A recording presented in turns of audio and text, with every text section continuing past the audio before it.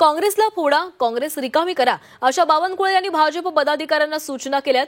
काँग्रेस पक्ष जेवढा कमी कराल तेवढा तुमचा राजकीय फायदा आहे असं वक्तव्य देखील बावनकुळे यांनी केलंय। पुण्यातील कार्यकर्ता संवाद बैठकीत बावनकुळेंनी हे वक्तव्य केलेलं आहे। चंद्रशेखर बावनकुळेंची कथित ऑडिओ क्लिप ही झी24 तासच्या हाती आलेली आहे।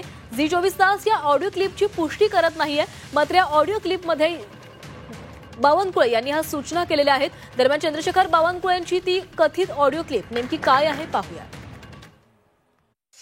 तुमच्यासारखे देवदत्तला कार्यकर्ते पार्टी जवळ आहे, म्हणून पार्टी मजबूत आहे। इथनं पुन्हा पार्टी वाढवा आणि संग्राम खोपटे सारखे जेवढे काही दिसतील तुम्हाला तेवढे घेऊन या पार्टी।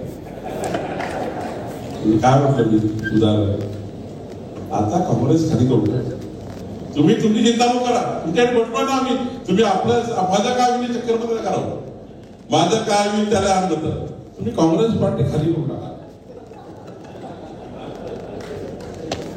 काँग्रेस पार्टी टार्गेट करा, टार्गेट म्हणजे काँग्रेस पार्टी डिमॉरलाइज बनवली।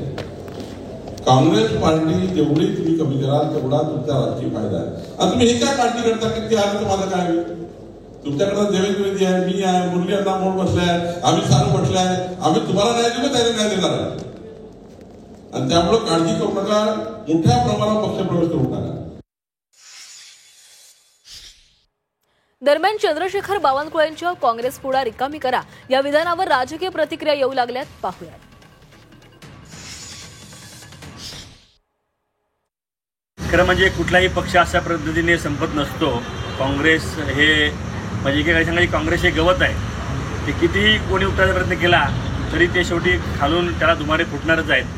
त्यामुळे बावनकुळे साहेबांनी भाजपमधल्याच आहेत त्या लोकांना त्या ठिकाणी न्याय देण्याचा प्रयत्न केला पाहिजे। अनेक प्रवेश केले, त्यांचं काहीतरी राजकीय पुनर्वसन केलं पाहिजे।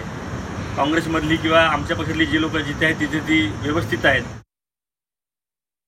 बावनकुळे वगैरे जी मंडळी आहेत जी म्हणतात की यांनी सत्तेचा आणि पैशाचा मदमस्त वापर करून इतर पक्ष फोडून आपल्या पक्षाला सूज आणली।